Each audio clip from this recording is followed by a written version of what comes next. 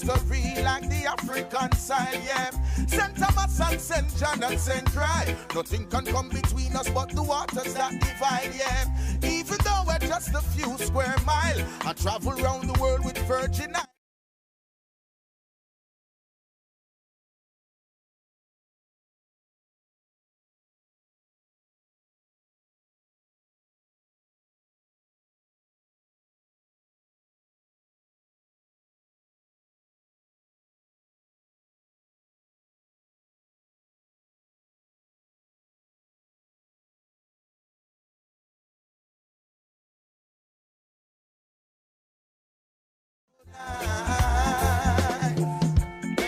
We got so much to lose, yet so much to prove. Hey. Virgin Island teachers never raise no fool. Mama sent me school. Hey. When it's difficult, we still a push through. No matter what the blessings of God you. We are a people of great value. That's why we stick together like tamarind stew. Remember Queen Mary, we make the fire burn. And Edward Blyden with the Africa vision. Remember St. John with the slave rebellion. General Butler said emancipation. That's why the place nice. So nice. Sweet, sweet St. Thomas nice. So nice, so nice. St. Cry full of pure vibes. So nice, so nice. St. John a real paradise. So nice, so nice. Hey, we got so much to prove, yet so much to lose. Hey, Virgin Island teachers never raise no fool. Mama sent me school.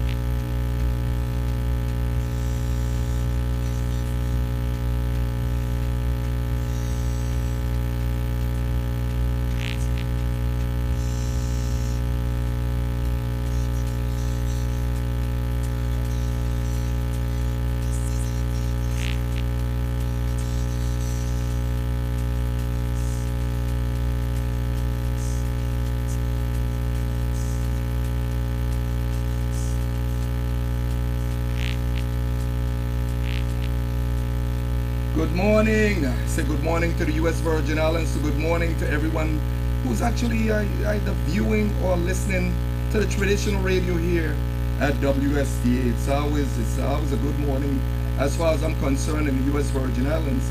We may not have sun today, but we still have sand and sea.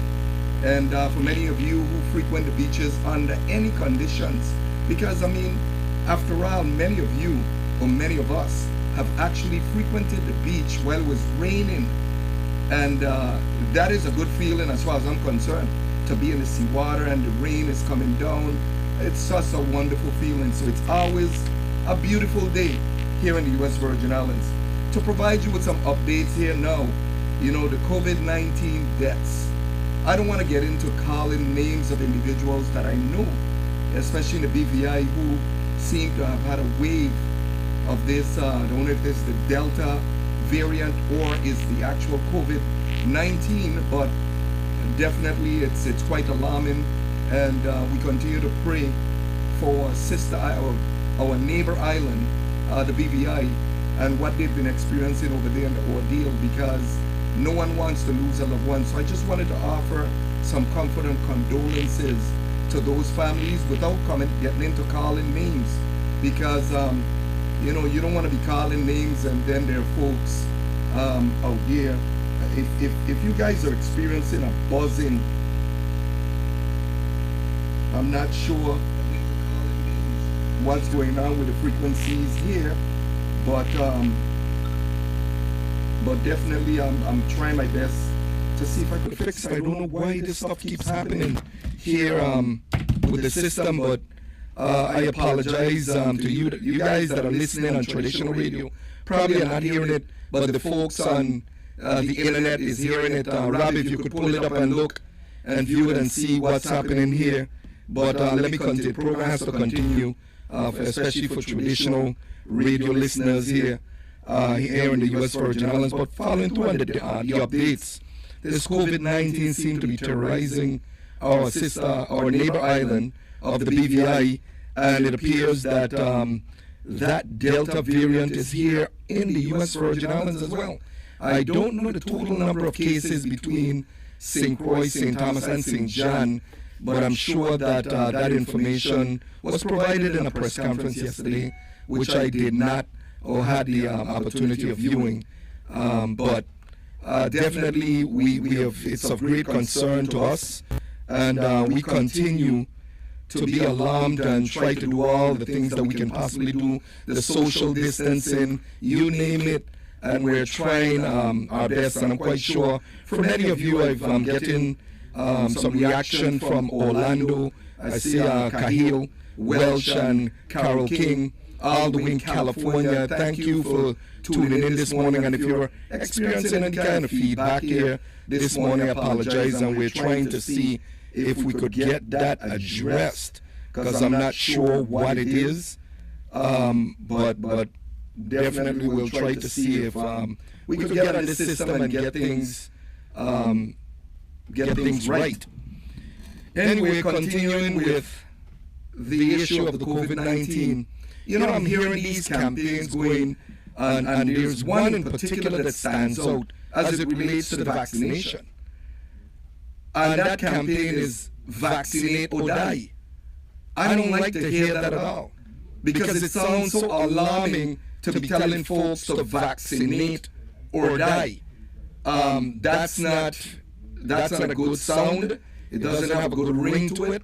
And certainly I hope that they don't continue that campaign about vaccinate or die.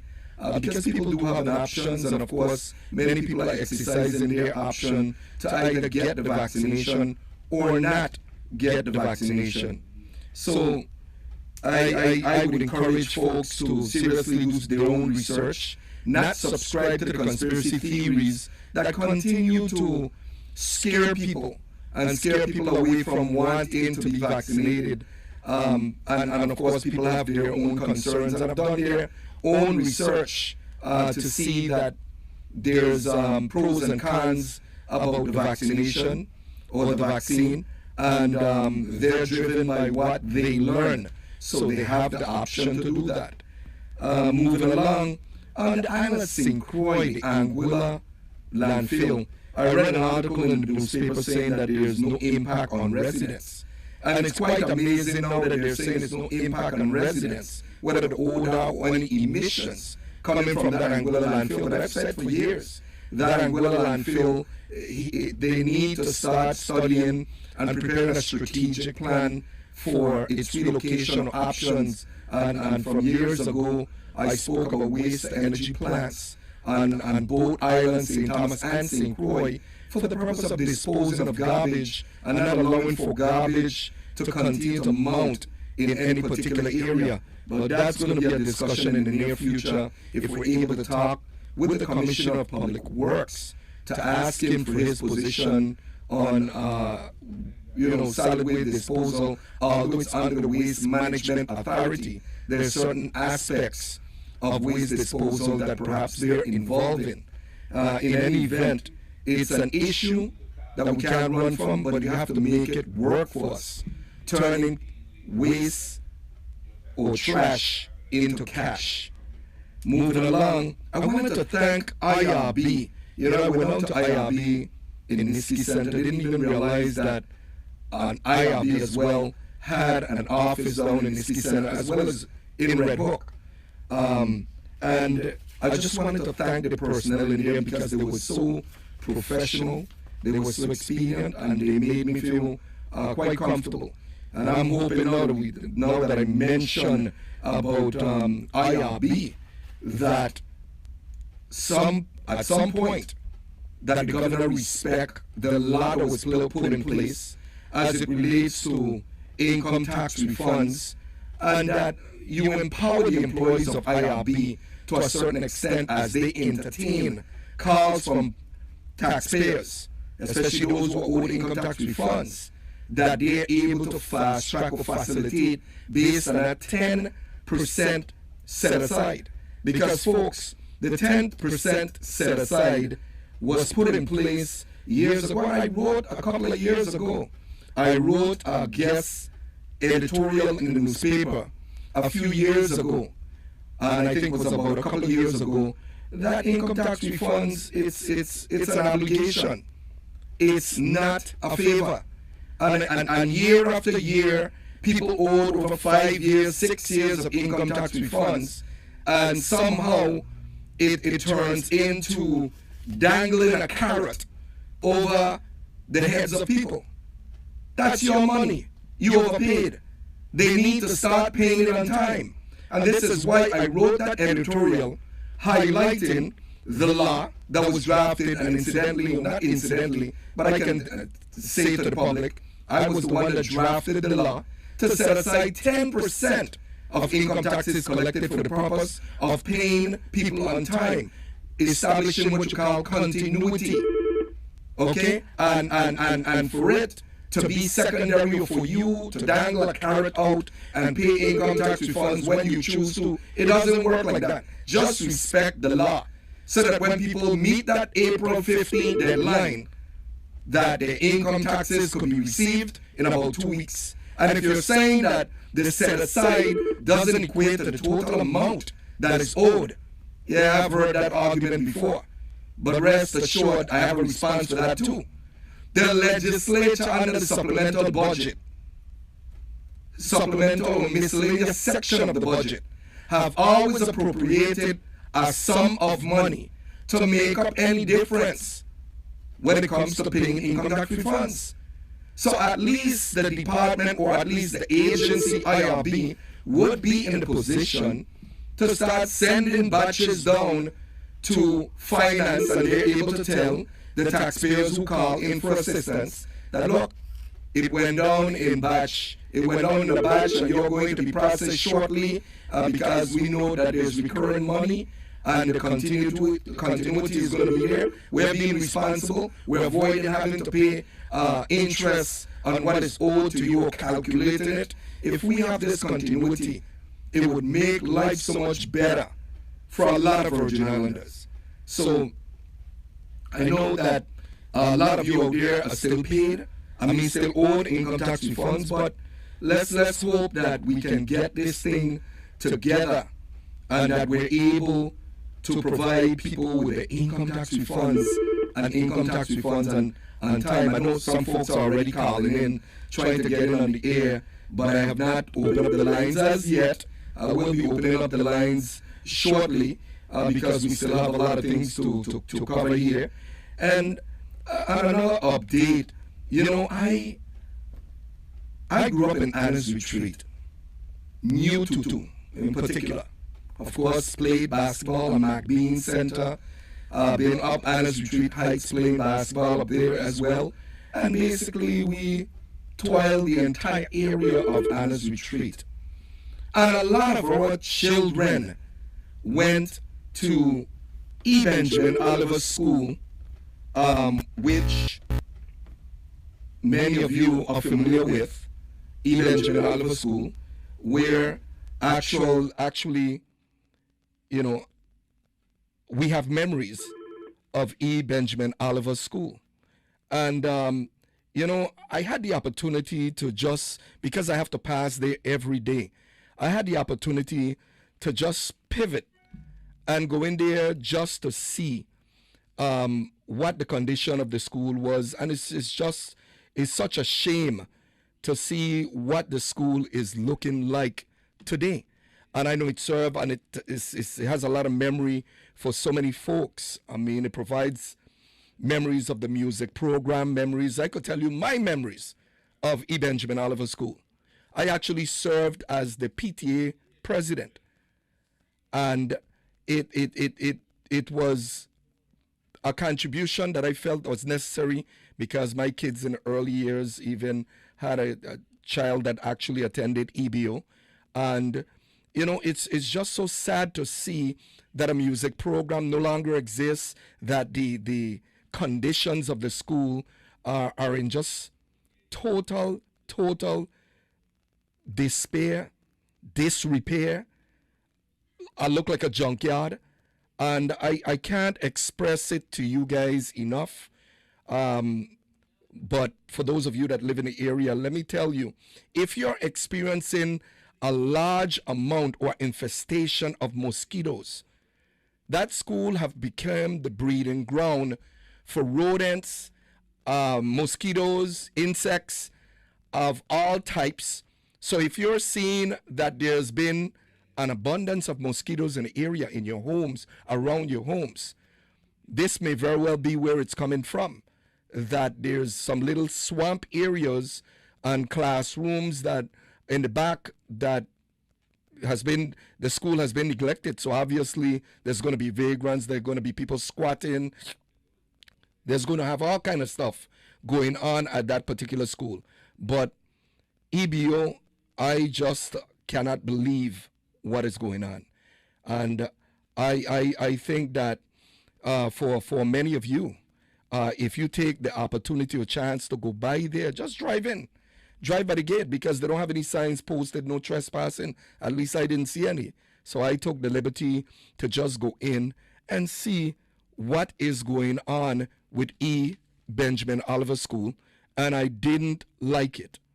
I was completely disturbed just to see that a school that was once supposed to be a state-of-the-art learning institution, that it has been reduced, that it has been neglected to look the way that it looks. And I have extended invitation. I'm going to extend an invitation again to the Commission of Education. Maybe she can elaborate and share with us if the school is going to remain closed, and perhaps she could share some information with us relative to what is going to transpire with that I guess that property. Because I mean, weeks ago I suggested that maybe the money that FEMA was given to the Marriott Frenchman Roof to convert rooms into bunkers.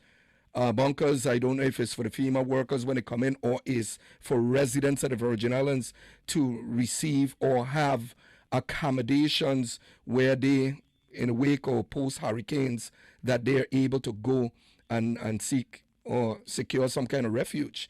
But folks,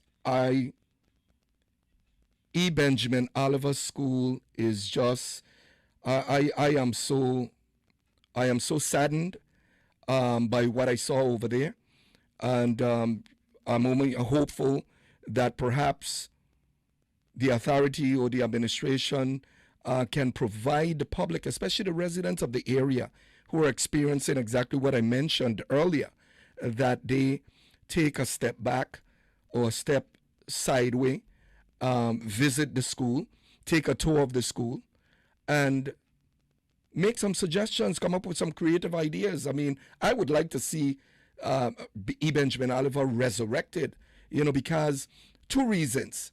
One, you're killing someone's legacy. And I think it's unfair to just actually arbitrarily kill someone's legacy. And I'm talking about Emmanuel Benjamin Oliver, who the school was named after. You're actually killing his legacy. And secondly, you have the issue of accommodations for students in the area or potential students. I know we have Tutu School, which is now Gomez School, on one side, but still at the same token, that school, you look at the structure, you look at the ambience, you look at what it offered. It has a rich history. Mr. Emmanuel, who was actually head of the music program, I used to commend him all the time, because to see how these young people were able to learn the different instruments and put it into effect in spotlights after spotlights, because they have traveled many places and received many awards and many recognitions. So that's going to be something that we could talk about later on. Folks, when I think of, and I wanted to offer my condolences to even the president of Haiti, when you look at the news and you hear news from different sources, you know, it's interesting that the fate that he suffered, and to see, or I heard that his wife, and I'm talking about President Moise, his wife just returned to Haiti because of the love that she has for Haiti. She was injured during that whole assassination. You know, and we have different classes or people that think differently. And certainly in that particular sovereign, as I would call it, they don't stand for just anything. They're willing to protest and come out. I don't encourage violence in any way, but they're definitely not a passive group of people, and that they're willing to fight for causes and fight for what they truly believe in. If they feel that they've been denied of a fundamental right, and they're coming out swinging. We don't have that here in the U.S. Virgin Islands, of course. We have a different type of thinking, a different type of people here in the U.S. Virgin Islands, that we could have our rates increase. It increased another 2.3%. And I know that the governor have repeatedly encouraged the PSC and encouraged the PSC members to actually vote for increase. So this comes on the heel of that. And it's not encouraging to Virgin Islanders, because I tell you, if you increase the LIAC again 2.3%, that means that your light bills are going to go up on the consumption side. And the flexibility involved on the LIAC adjustment on your bill may not be realized until maybe 3 months down the road, should the system choose to execute it that way. But that's going to be left for another discussion. Of course, anyone can call in, because it's going to be open discussion. And along the lines of the updates, let me just close on the updates in saying that, you know, weeks ago I mentioned about the Public Finance Authority and receiving the list, what they had submitted during the budget hearings, the list of contractors that they have under the Public Finance Authority. And I'm kind of cross-referencing because I see that there's some names that are not mentioned there. But as I indicated, you know, this is Connect the Dots. So let me have some time to connect the dots and get back to you in about 2 weeks on that front. Because if we're talking about transparency and accountability, there's some of us who are going to not take your word for it and try to ensure that it's demonstrated that there's a level of transparency and accountability. So I'm going to open up the lines and allow for the folks to call in and express their concerns on any particular issue. Good morning, you're on the air, Connect the Dots. Yes, good morning. How are you doing this morning? I'm fine. How are you? I am holding on. I have a problem. My problem is the land tax come, right? And the owner of the land tax put her name on it. She's the CEO. The CEO. Her name is I think she named Miss Hodge, Miss Dalmaida Hodge. Okay, and all of them got to pay the land tax. Miss Dalmaida can't pay it on her own. And Miss Dalmaida sick. She on the kidney machine, and she's sick, and she cannot pay the land tax on her own. Okay? So tell all of them who claim land of Bodo Mountain, St. John, to start parking out some money and get them right documents together. Okay. I'm on the air, right, honey? Yes, you are. Everyone is listening to you. They listening? Yeah, everyone is listening. Okay, because they went up on the mountain and they choked my grandfather, and they went to sell the land to the national park. But the national park wouldn't give them enough money. So my father went up there and he claimed it. Okay? And right now he claiming it all now, and he dead, and I still paying the land tax. Okay? And I am getting fed up, and I'm getting tired. All of them living in a big house, who ain't married to judge, who ain't married to lawyer, who ain't married, but all of them doing bad. You know what I tell you? I need some help. Thank you very much, sir. Okay, thank you for calling. Okay? Okay, I hope they heard. I'm sure they did.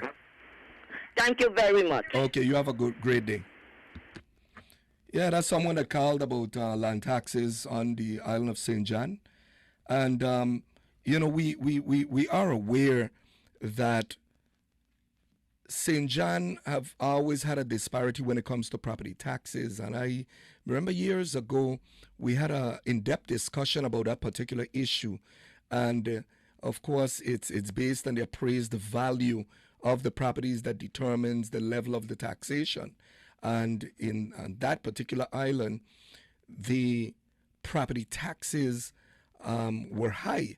And they were high because a lot of the land properties were appraised at very high levels. So if you live next door to someone and they had built a house cost $4 million and your house only cost you $285,000, obviously there was going to be an adjustment on your property because of the value next door. And I think that they were trying to see how they could contain that issue before it ended up being a situation where landowners were not able to afford to pay their land taxes because it just skyrocketed and it went up and properties was appraised at a different value. But the caller is actually appealing, I guess, to the administration and appealing to a person in particular who, if anyone knows that person, can just mention to that person that someone called the radio station and asked for, from some sort of assistance. Okay, so moving along, of course, the lines here at WSD is open to who wish to call. The number to call here is 340-774-1340. WSTA. And I was mentioning, and I have extended invitations, if I may just share with you guys that I have extended invitations to, I believe it was the Attorney General, by way of an official letter to the Attorney General trying to get her to come on the radio, of course, for a live interview to be able to ask questions that the public often ask and can't get answers for, but also allow her the opportunity on the platform to follow up on a lot of information that the esteemed Attorney General would have disseminated to the public. So that invitation remains open. Of course, and I had a chuckle this weekend as I was down by Limburg Beach, but I'll share that with you a little later on. Let's go to the phone lines. Good morning, you on the air. Good morning, you on the air. Connect the dots. Yeah, good morning, Senator. How are you doing? I'm blessed. How are you? Hello? You look like you're having a problem with your connection.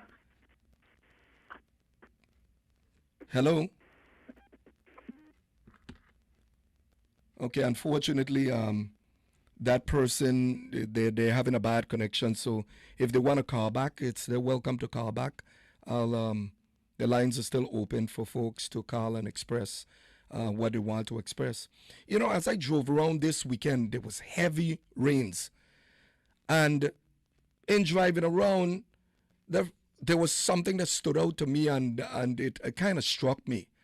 Do you realize the amount of blue tarpaulins that are still out there? Can you imagine what some homeowners have actually experienced? I spoke with a friend over the weekend about the possibility of doing a documentary on PTSD because I honestly believe that there are folks out there with PTSD after the hurricane terrorized, ravaged so many homes, and so many people lived some horrible experiences. But let me go to the telephone lines. Good morning, you're on the air. Connect the dots. Yes, Okay, you're not coming through clear, so I don't know where you're located. And if you're calling from a cell phone. Hello? Yeah. you're going to have to get a better connection because you don't have a good connection. Okay? Really? Yeah, we're not. I apologize. That caller probably is calling from a place with very bad signal, so they can't really get through. And I want my listeners to be able to hear them with a level of a sense of clarity, whatever they have to say. And I apologize to that gentleman as well. But you need to call from somewhere where you get a clear signal, because it seems like wherever you are, you sound like you're contained in a room and the signal is very low. But moving along, and if I may continue what I was saying about the home repair program.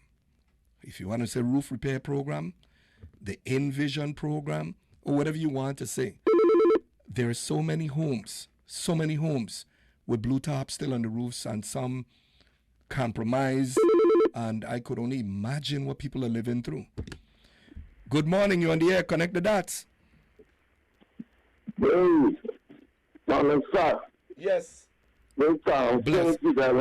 Okay, go ahead. How you doing, man? I'm fine. How's the family? Everyone is fine. You're on the air, so go right ahead. Listen, I'm glad you're talking about them blue tops. You understand? These blue tops, and when you're talking about, you're right. I drove down the island Sunday ago, and I can't believe how much roots that haven't been fixed. And you know, these people come in here, get these contracts, and ain't did nothing to these people's roots. You understand? And then another thing we're looking at is we got to talk about the retirement system. Do you know, in between Charles Stumble, and I don't care because you know I just talk my mind, Charles Stumble and Map is over close to $800 million derived from the retirement system. They took 600,000 and then they went over by Carambola and what we invest in Carambola, the retirement system. And then when you look at them now, you took money from the retirement system to give to Life Tree, and they claim bankruptcy. After you take the money of the retirement system, and then you try to put the retirement system into state. But when you're dipping in all the time, these people is no good. The people are running the retirement system, and them governors that we got to do.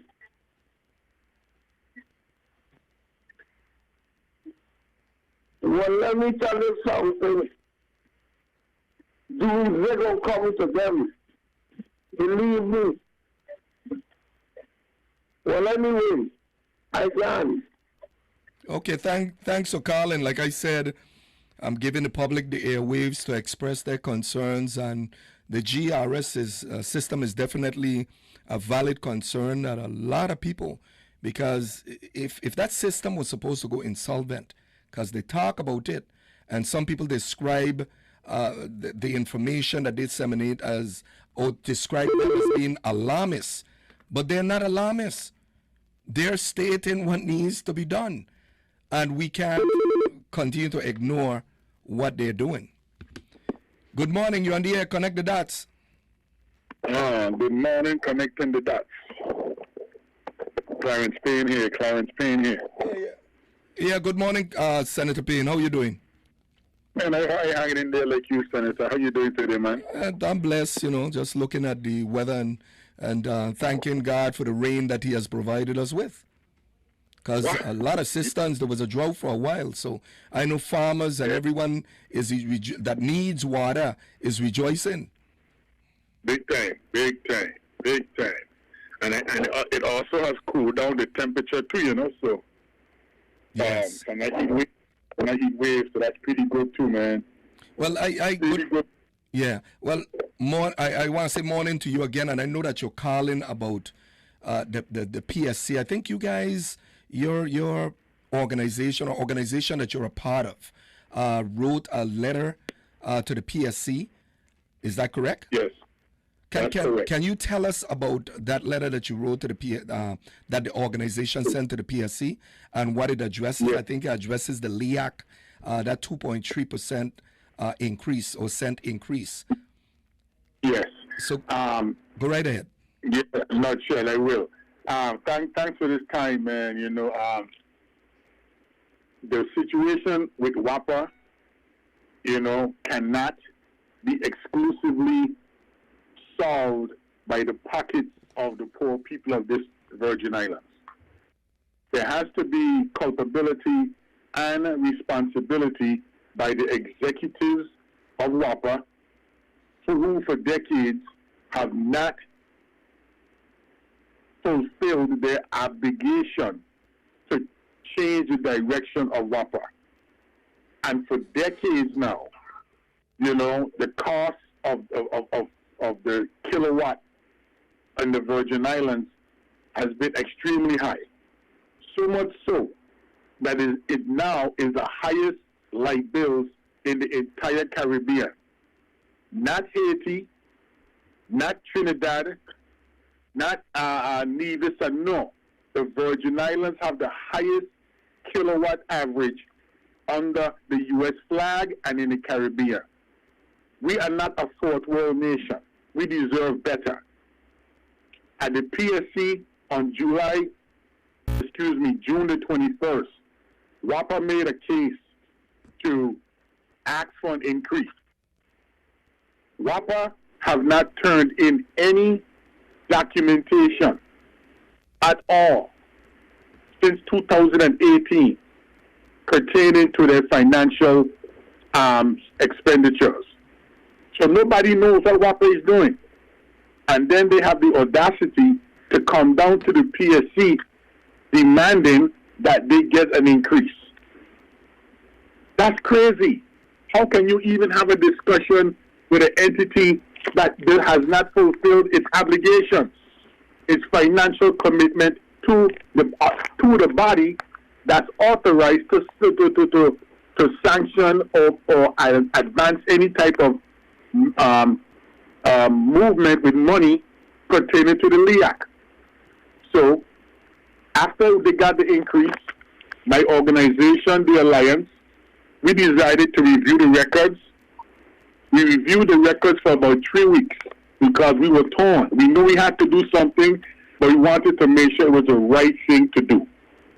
And after reviewing it for 3 weeks, we came up and we put together a letter and we submitted the motion for reconsideration at the PSC.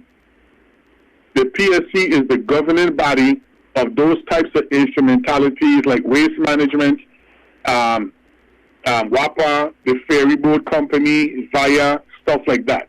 They are sanctioned by the codes of the Virgin Islands and laws to manage those entities.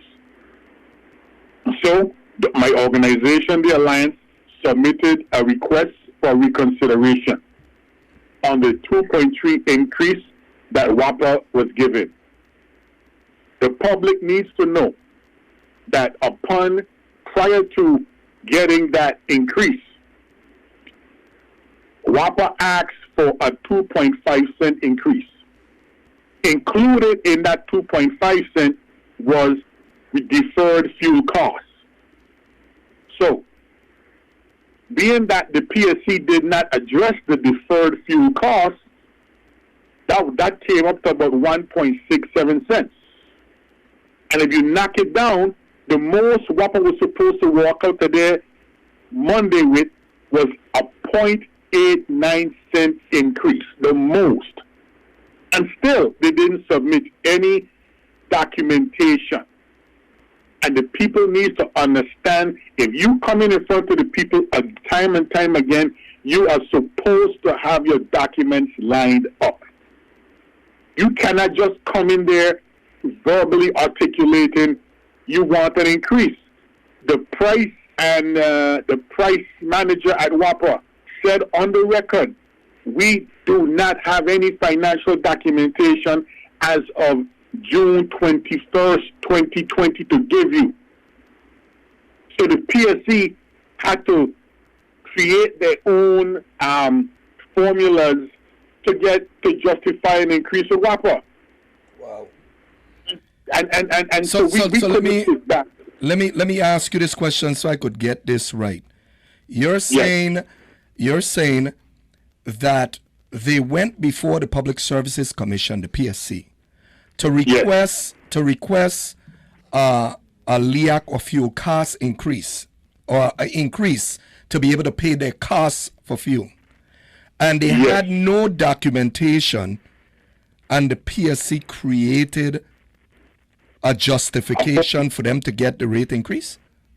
Yes, exactly what happened. I have never... WAPA said on the record, we have not provided you guys with any financials since 2018. They didn't have 2000. They still don't have 2020, and they didn't have 2019. Okay, they didn't have it upon the day that they were presenting. So here we are now, asking the PSC to grant us a motion to accept our motion for reconsideration. And according to one of the periodicals in the community, the VI Source, they are considering giving us that day to make our case. Mm-hmm. And the sad thing about it is, it's the people as hurt and fancy. Senator Donner stuff. Yeah. You yourself, in my presence and many others, confronted Kupfer. You remember when he was there? Yes, when I think it was over to Bolongo. Yes, by Bolongo. You yourself confronted the executives at WAPA pertaining to a SWOT, with strength, weaknesses, something, threats. Yeah, that's correct. You went into all of that because you saw the deficiencies at WAPA back then. You approached them with that. Well, here's the question. Here's the question I wanted to ask you. What I had requested from Kupfer at that time, let me just clarify this, was in fact whether or not they had conducted an organization biography that would involve certain things, to include a SWOT, which was a strength, weaknesses, opportunity, and threat. Now, aside from that, one of the strangleholds on WAPA right now is considered the Vital Agreement. And if you recall, I brought that up to him with the 14.98% interest rate on a loan of that size. And I went as far as to say, I don't know what WAPA intentions are at this time, or the executives, administrators, but is it your intention to try to consolidate debt, refinance for the purpose of getting a lower interest rate? And if you recall, his response was, yes, they're looking into it. Now, since then, subsequent to that, I have heard them say many times that they're looking for a way to refinance to get out of the Vital Agreement. To the best of your knowledge, when they went before the Public Services Commission, was there any discussion about that financial burden on the utility? No. And let me tell you why. The PSC has no legal authority over any functionality of WAPA other than the LEAC. Mm-hmm. The Vital contract is in the base rate portion of the functionality of WAPA. So the PSC can't address that. The Vital contract and all of that. And they can't touch that part legally. And you're absolutely correct. Okay, you're absolutely correct. However, the PSC has the authority to inquire about the status or the health of the utility. And in questioning the health of the utility, even if the question specifically the LEAC, there is a reason for requesting an increase, period. Because what you're doing is you're impacting or subsidizing the revenues that the utility is receiving. So, I mean, right. Yeah, they have a right to question certain things that would ultimately, ultimately compel them or not compel them to adjust the rates. You know, I think that part of the problem with the PSC is that they lack the teeth to address WAPA. They lack the teeth. Based on the current law and the configuration, all the law allows for them to do is speak on the levelized energy adjustment clause. That's it. Anything else, WAPA choose to divulge based on the law is entirely up to WAPA. Yeah. And an adjustment agreement, which is sad. It's very, very sad. Well, you know, the PSC. Go ahead. No. Go ahead. Finish your thought. No, what I was going to finish is the PSC in and of itself is overwhelmed by what is required by all of the instrumentalities that they're responsible for. Yeah. It's time for them to have full-time commissioners. Full-time, not people who are attorneys or businessmen in the community that comes in every, I don't know, as needed or every 6 months. You know, some of those agreements might be 300 pages, back and front. You know, and you need time. You need extensive time to dig into those numbers and get to the bottom of, because the PSC is left with keeping WAPA alive and serving the people at the same time. I don't know how that's not an easy thing to juggle. It is not an easy, but you cannot time and time again allow WAPA to come in half ready or not ready at all, and we're not going to say nothing about it. We cannot do that as a community anymore. We have to push back. Yeah. So the organization is doing that as we speak. We're pushing back because the people deserve justice in these Virgin Islands. Absolutely, unequivocally deserve fairness. Our light bill should not be higher than Haiti. It shouldn't be higher than Haiti. It shouldn't be higher than St. Kitts and Antigua and Trinidad. Why is that? We have the entire U.S. Department of Interior on our side. We have the entire financial apparatus of the bond market and Wall Street and all of this. Why are we paying such a high rate? Well, the power went off in old Kutu yesterday. Yeah.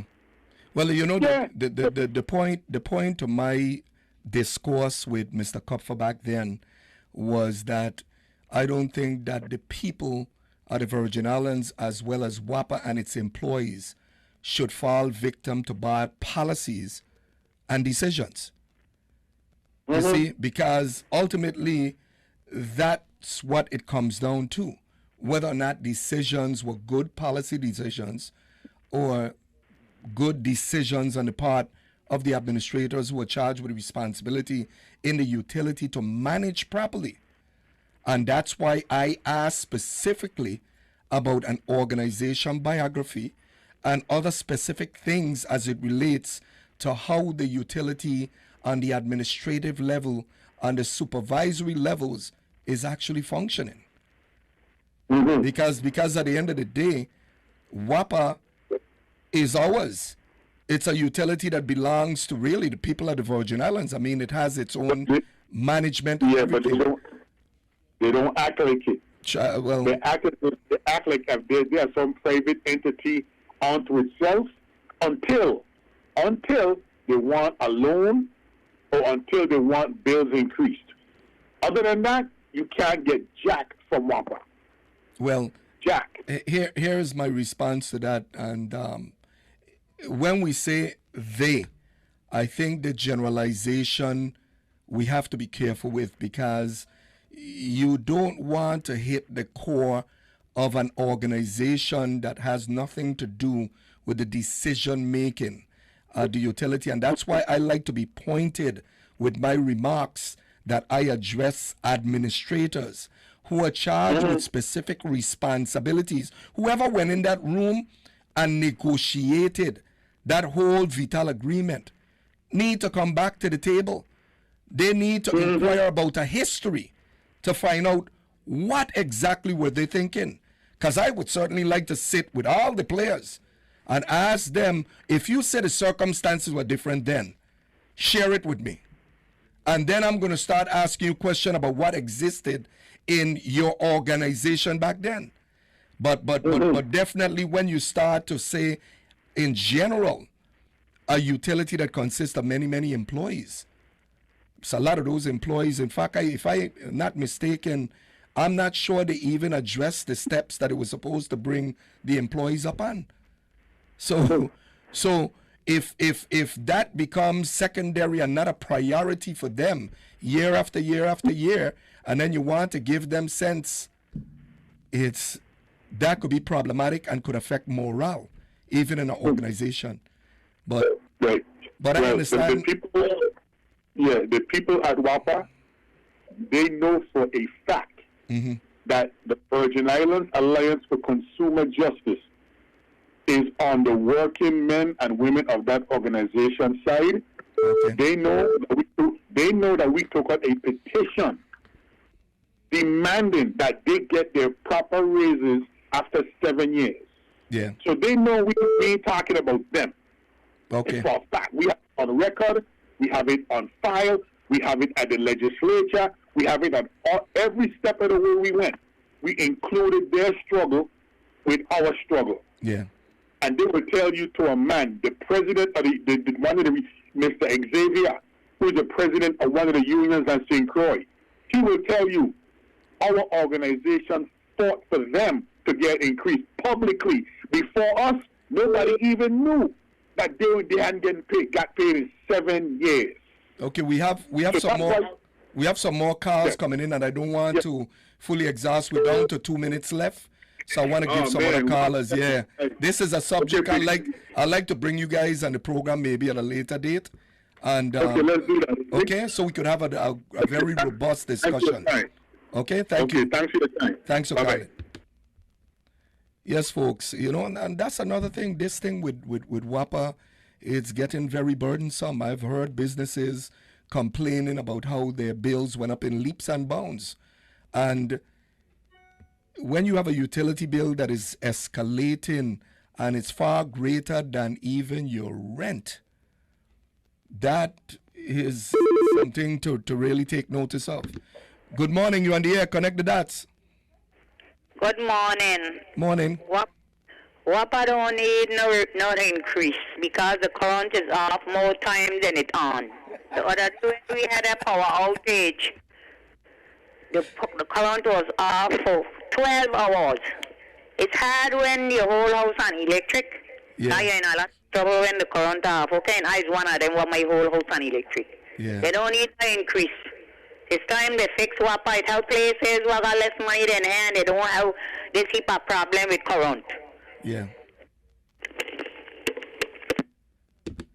Well, folks, that's just an expression of people how frustrated they are over just what's going on with WAPA. She says, let me go to one more call before we I think we still have a few more minutes. Yeah, we still have minutes. Good morning, you're on the air. Connect the dots. Good morning, Senator Dennis. How are you doing? I'm fine. I'm blessed. How are you? Good man. I listened to Senator Payne a few minutes ago, and I just had to call in. Yeah. Because this thing is so disgusting, right? And you mentioned some valuable points when we talk about this loan they went for 14%. unheard of in any financial market, really, when you're dealing with government.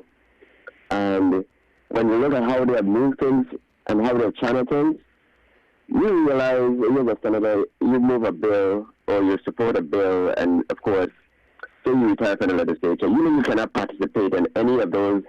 You can have a contract, in other words. This is a contract for a moment, for a period of about 2 years or so, right? Before you can even go to work for that company or otherwise, right? Yeah. Yeah. Right now, you have these companies that are out there that get contracts with the Water and Power Authority, and individuals who have been removed or arrested. Now you find that these same people who have been instrumental in these contracts are working for some of these companies, for instance, like Hagland. These people putting up the polls. Some of these same people working for them. So the dynamics of what's going on with our people and how things have the functionalities, today what I would have expected to see, Senator, is that they would have revisited every single one of those contracts, every single one, and then divest into them to see what the handed operations were and go forward, because you can find a lot of things went wrong then too. But these same people are now what you call the advisors and so forth to these companies out there that they contracted on the WAPA, so they're still getting paid. They're still utilizing the very government to continue the damage on the people and still collecting, and we sit on the side and watch. So I heard Senator Payne's cry when it comes to the PSC, but you got to remember that they are not going to touch it. There's too many hands to tap, too many people hands on it, and some of them sit on the side whose name I haven't called yet, but the names will be called. I mean, you said something that was very marvelous, Senator Donald Stewart. Yeah. Well, those contracts that you mentioned that are out there, where there's no name attached, but these are cash contracts, we're looking forward to see what comes out of that. But I myself am also divesting into it too. Okay, and you know they listen. I'm sure that the Attorney General has someone in her office that listens to these broadcasts. It is not our responsibility as the ordinary, and I'm going to say the ordinary citizens, not the average, the ordinary citizens, to be pointed out what could potentially be conflict of interest. It's all around them. It's right there in front of them. It's in plain view. All they have to do is to indulge and, do their own investigation to determine whether or not conflict of interest exists, because the conflict of interest laws were put in place for reasons, and I would say specific reasons, but ultimately to protect the interests of the citizens. That's why them conflict of interest laws was put in place. I mean, exactly. if you are an administrator, you're working within a certain entity, you're responsible for negotiating with a certain company contracts, and it's your primary goal, or it's an objective of yours to go work for the company, then whose interest would you be negotiating in? You see what I'm saying? It's so sad. So it's so sad. Yeah, that's why the conflict of interest laws are in place, to make sure that you are objective and not subjective. Correct. But that's for the Attorney General's office. They need to start looking into all that stuff. I mean, it has to stop somewhere, because then you're not protecting the interests of Virgin Islanders. Correct. You know why WAPA cannot go to market, right? WAPA cannot go to market for a loan on its own because they have not audited their accounts. You can't go to a bank and say, well, this is what I have, and don't get documents to justify it. They have not audited their accounts for several years. And that is why they're living under what you call the VI Housing Finance Authority. For the equipment that they're getting, it's not on WAPA's provision only. It's on the VI Housing Finance Authority, who are now working on behalf of getting these funds. Government, again, to give an entity that continue to rip the people off of this territory financing for equipment that individuals who for some reason selecting sort of whatever equipment to go forward with to run the plant, and still, this is how many years and decades they're looking at this whole thing with WAPA, almost 40, 50 years, and the same issue. So that's what's going on, Senator. Well, thanks. And I was like, that's somebody else calling. Yeah. Thanks for calling. Thanks for your contribution, okay? Thank you. Okay, thank you. Good morning. You're on the air. Connect the dots. Yes, good morning, Senator Donisdale. I am enjoying the program. You're echoing. You had your radio on. Oh, okay. I'm so sorry. That's okay. Those things happen.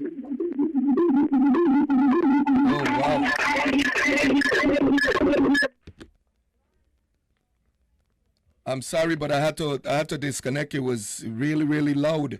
If you want to call back, feel welcome to call back. But you got to turn that radio down because the feedback it gets on the air, no one would be able to hear you or even hear the broadcast, hear us, the principals.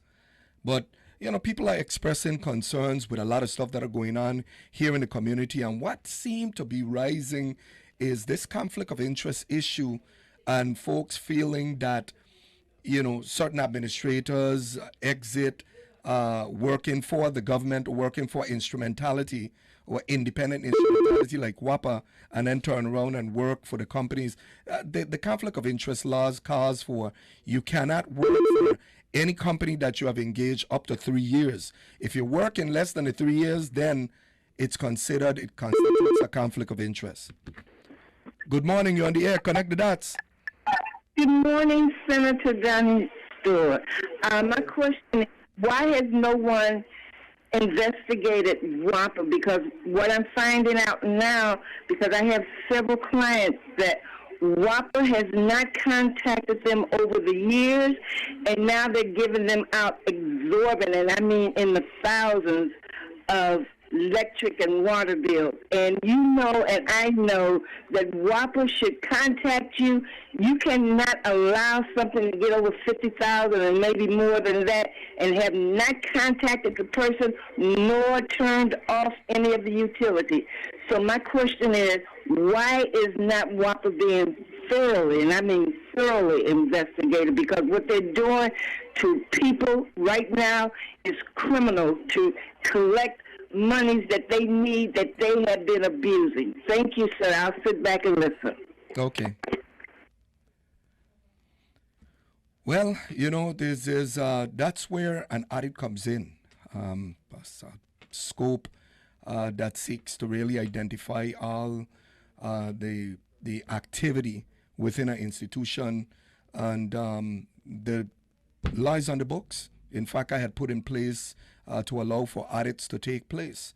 It's right in the books. But remember also that when the audit is conducted, it is the ratepayers that end up paying for the actual audit. And see, that's where it becomes a little tricky here now. Because if they're already developing all the different expenses, and the expenses are paid by the ratepayers who are paying their rates to the utility, utility determines how they're going to extend or expend the monies that they have at their disposal, from employee relations right up to the basic expenses to include the LEAC, but not limited to the LEAC. Other costs.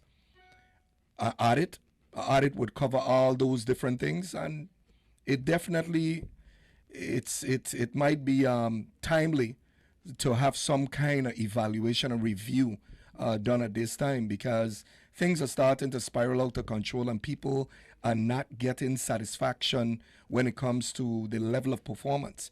I think they're trying their best, but if monies are not being expended in areas that makes you more efficient, that's where it becomes a problem, and that's where the criticism will be born.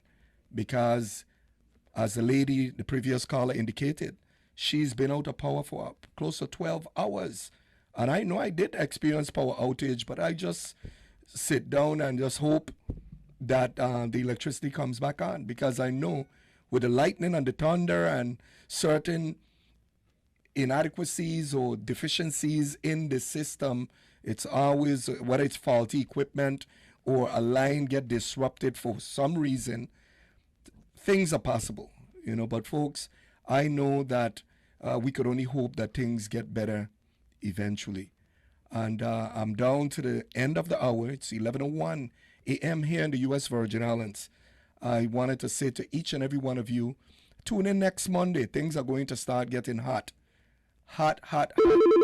And I wanted to wish each and every one of you a blessed day and a productive week, coming from Adela Fonseca right here at WSTA Lucky 13 every Monday morning from 10 to 11 a.m. Let's connect the dots. Have a wonderful week.